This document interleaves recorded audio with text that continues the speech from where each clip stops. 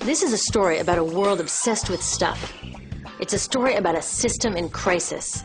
We're trashing the planet, we're trashing each other, and we're not even having fun. The good thing is that when we start to understand the system, we start to see lots of places to step in and turn these problems into solutions.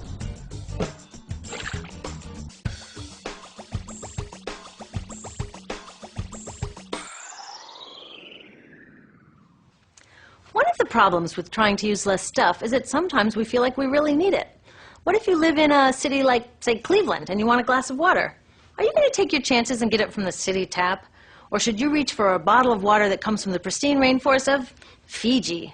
Well, Fiji brand water thought the answer to this question was obvious, so they built a whole ad campaign around it. It turned out to be one of the dumbest moves in advertising history. You see, the city of Cleveland didn't like being the butt of Fiji's jokes, so they did some tests, and guess what? These tests showed a glass of Fiji water is lower quality, it loses taste tests against Cleveland tap, and costs thousands of times more. This story is typical of what happens when you test bottled water against tap water. Is it cleaner? Sometimes, sometimes not. In many ways, bottled water is less regulated than tap. Is it tastier? In taste tests across the country, people consistently choose tap over bottled water. These bottled water companies say they're just meeting consumer demand. But who would demand a less sustainable, less tasty, way more expensive product, especially when you can get for almost free in your kitchen?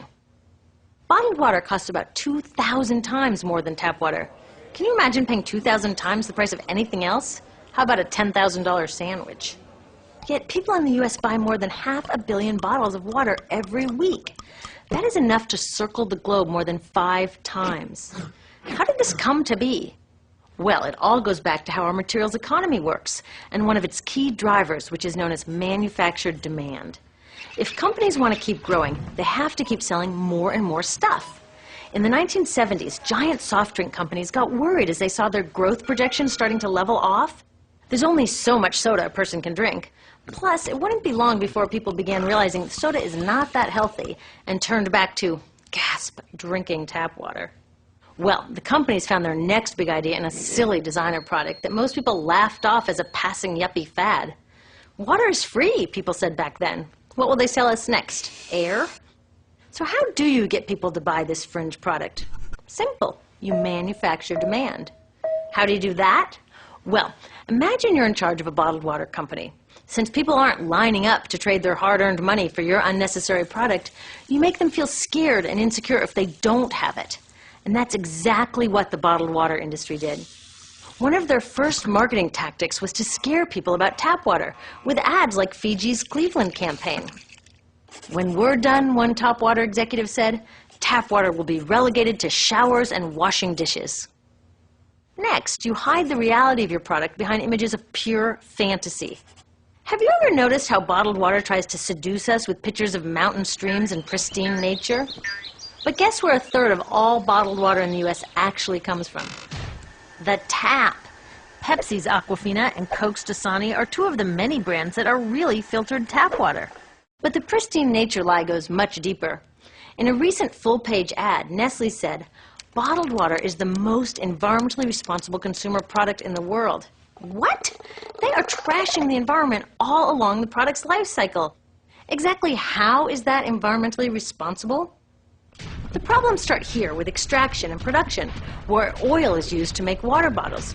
Each year, making the plastic water bottles used in the U.S. takes enough oil and energy to fuel 1 million cars. All that energy spent to make the bottle, even more to ship it around the planet, and then we drink it in about 2 minutes? That brings us to the big problem at the other end of the life cycle, disposal. What happens to all these bottles when we're done? 80% end up in landfills, where they will sit for thousands of years, or in incinerators, where they are burned, releasing toxic pollution. The rest gets collected for recycling. I was curious about where the plastic bottles that I put in the recycling bins go. I found out that shiploads were being sent to India, so I went there. I will never forget riding over a hill outside Madras, where I came face to face with a mountain of plastic bottles from California. Now, real recycling would turn these bottles back into bottles. But that wasn't what was happening here. Instead, these bottles were slated to be downcycled, which means turning them into lower quality products that would just be chucked later. The parts that couldn't be downcycled were thrown away there, shipped all the way to India just to be dumped in someone else's backyard.